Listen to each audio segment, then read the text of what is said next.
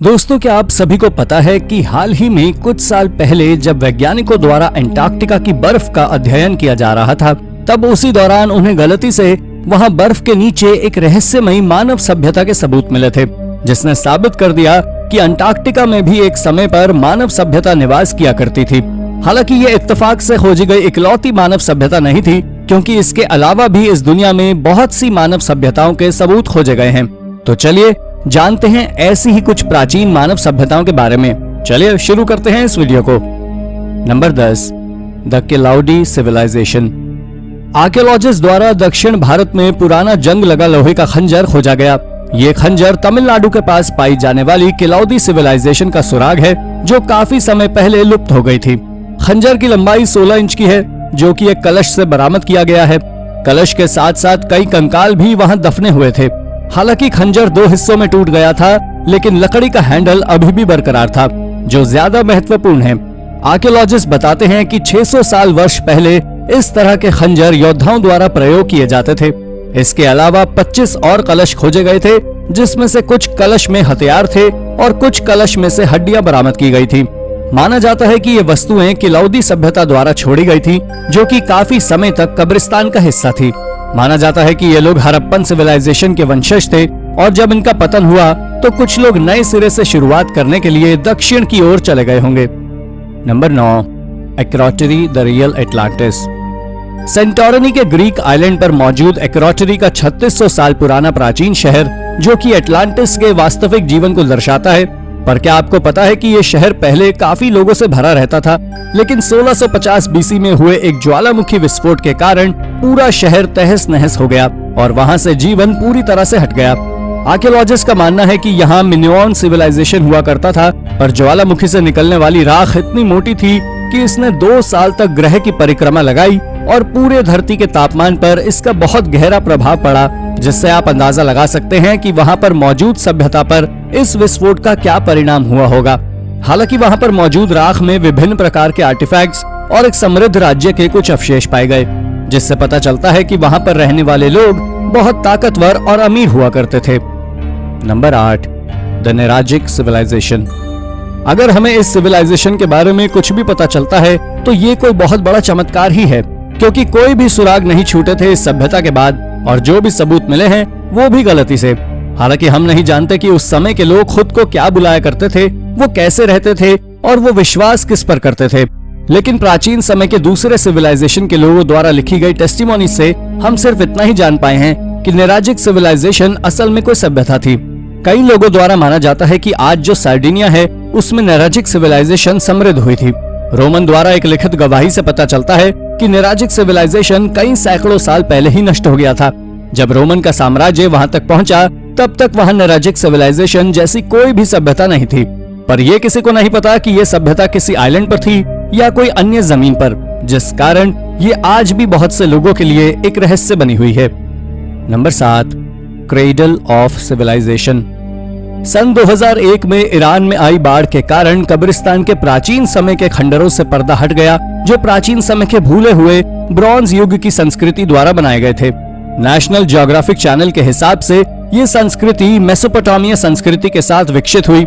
हालांकि इन खंडरों की खोज गलती से हुई थी और 2001 में प्राचीन रहस्यमय वस्तुओं को लोकल एंटिक्विटीज मार्केट्स के द्वारा ऑनलाइन दर्शाया गया था, जिसमें हथियार, मिट्टी के पात्र, पानी पीने के पात्र, गहने और बोर्ड गेम्स भी शामिल थे, जो कि असामान्य चित्रों से सजे हुए थे, और ये आर्कियोलॉजिस्ट की समझ से भी परे था। वहां पर बहुत से मंदिर और महल बने हुए थे, जिनका परिचय देना मुश्किल था, पर आर्कियोलॉजिस्ट के हाथों कुछ नहीं लग पाया। बाद में 2002 में पुलिस द्वारा पता लगाया गया कि स्थानीय लोगों द्वारा खंडहर में मौजूद कीमती मूर्तियों को पहले ही चुरा लिया गया था और उन्हें तेहरान के बाहर दुनिया भर के अमीर लोगों को बेचा गया। यही वजह है कि 2001 में आर्कियोलॉजिस्ट को प्राचीन समय के ज्यादा सबूत हाथ नहीं लगे और न ही उनको ये पता लग पाया कि किसके द्वारा ये कब्रिस्तान बनाए गए थे। पर यह तो कहा जा सकता है कि यहाँ पहले कोई संस्कृति हुआ करती थी। Number 6, civilisations in space.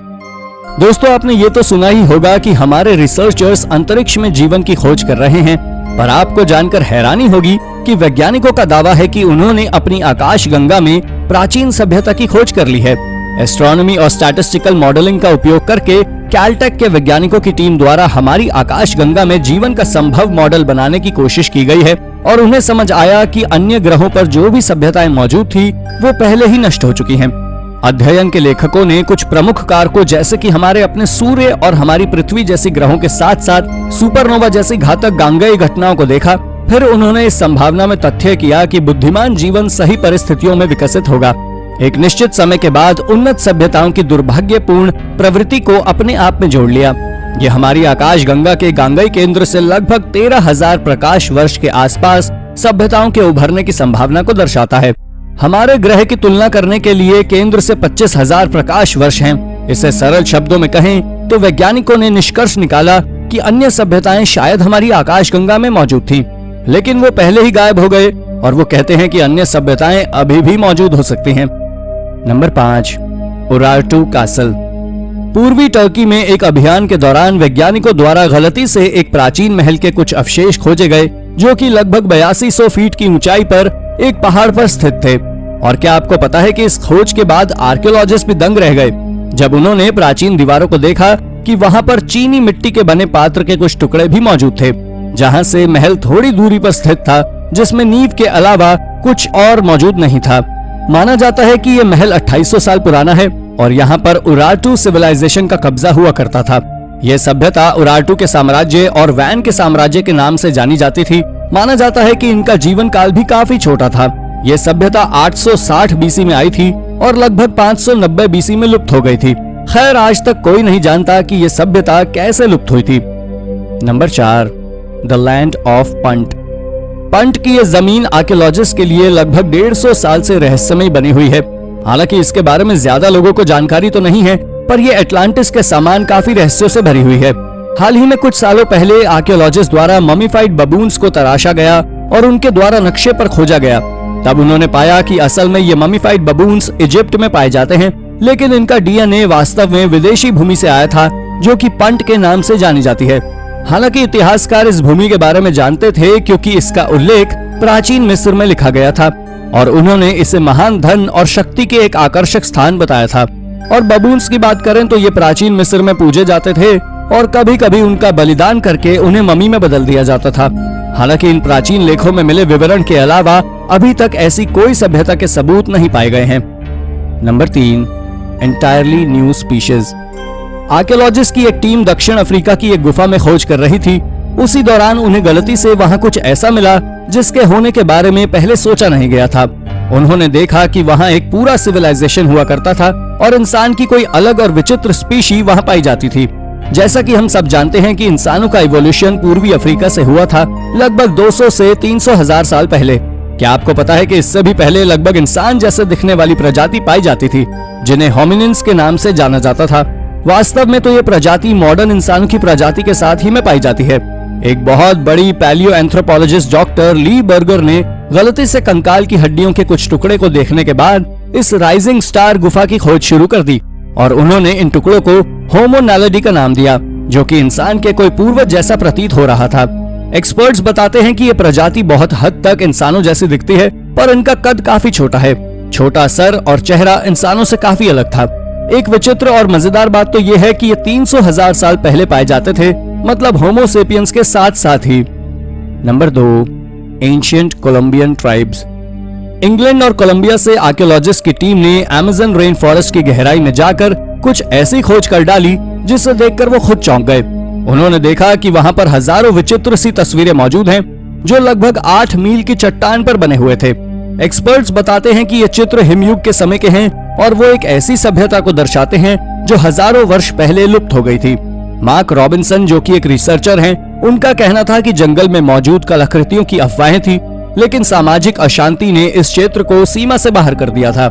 लेकिन फिर टीम ने एकजुट होकर जंगल में जाने का फैसला किया और खुशी की बात यह है कि उनको निराश नहीं होना पड़ा।